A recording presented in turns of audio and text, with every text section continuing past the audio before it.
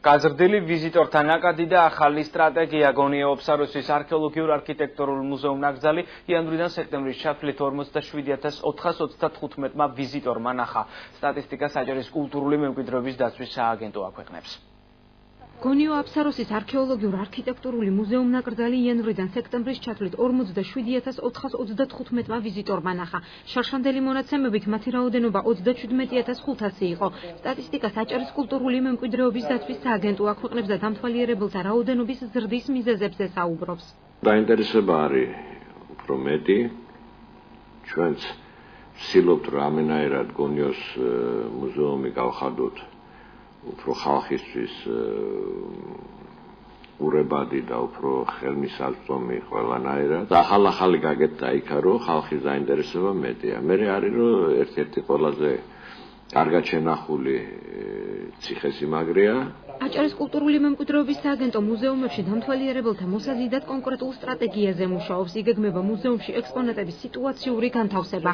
სააგენტოს აქვს ორი პროექტი, ეს არის ერთი გერმანული პროექტი, რომელიც ისახავს გონიოს ინფრასტრუქტურის განვითარებას, მაგრამ გერმანელების ხედვა არის ციხის გარეთ განთავსება, მაგრამ სააგენტო თვითონ ამუშავებს თავის პროგრამას განვითარების, ეს არის კერძოდ გონიოში არსებული ციხე-კოშკების ათვისებას.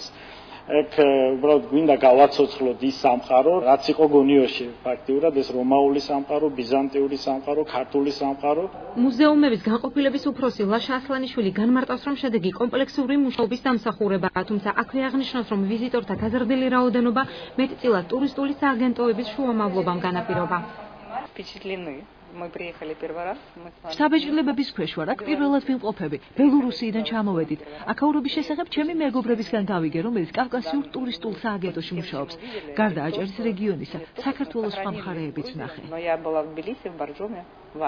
განსხვავებით გონიო აფსაროსის მუზეუმისა ვიზიტორთა რაოდენობა შემცირდა ძმები ნობელების სახელობის ბათუმის ტექნოლოგიურ მუზეუმში.